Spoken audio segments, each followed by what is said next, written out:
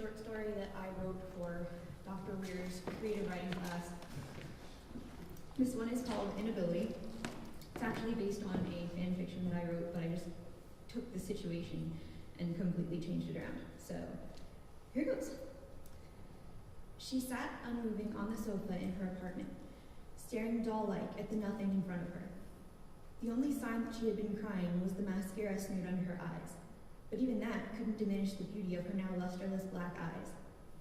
He was amazed at how beautiful she looked in her misery, in her gray slacks and long-sleeved white blouse, midnight hair spilling smooth and flat over her shoulders and onto her chest. After the hearing, which he had insisted on taking her to, he had driven her back home and followed her inside.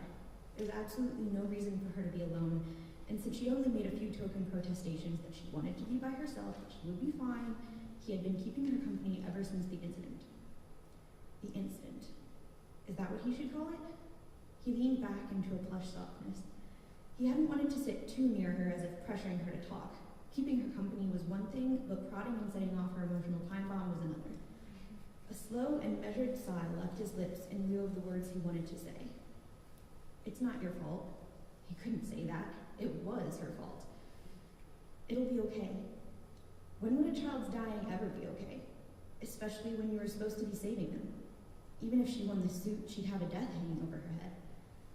It was a mistake. I'm sure they'll understand.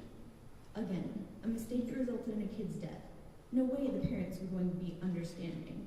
And the hospital? They'd currently suspended her because of the suit, which they both knew was pretty much the same thing as firing her. If only they all understood like he did. It really was just a mistake, just an accident, a misdiagnosis, which led to the wrong surgery, which led to death. It really could have happened to anyone. Fate had nearly settled on her this time. But she really was a wonderful surgeon. She was at the top of her class, had done residency with the best of the best, and even those top-tier surgeons had said they'd never seen talent like hers before. Now, though, she was tainted, stigmatized. Who was going to hire someone who was responsible for something like this? And what would she do now? Her once promising career was in a nosedive. She was all on her own, what little family she had left having no contact with her. She did have some friends, him for instance, but she was so reserved and quiet, there was no way she'd ask for help. And many of her friends would assume she was doing okay, because she had a wonderful talent for blending into the background, for becoming invisible and forgotten, if she really wanted. And he knew she'd want to fade away, to disappear and maybe even die, not so much to escape the guilt, but to punish herself.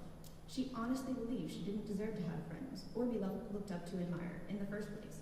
This would confirm it in her mind. He swept his fingers through his hair and fastened them on his roots. He really did feel as if he could pull his hair out, or scream at the top of his lungs, or beat the heck out of someone, but he found that he just couldn't.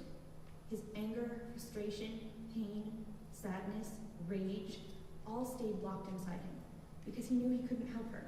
That's what galled him the most. His inability.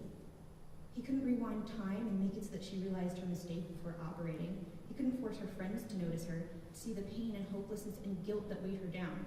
He couldn't make her family love her. He couldn't make anyone see that it was only a mistake. He couldn't make the hospital give her back her job, and he definitely couldn't bring the child back to life. He could only sit there and hope it was enough.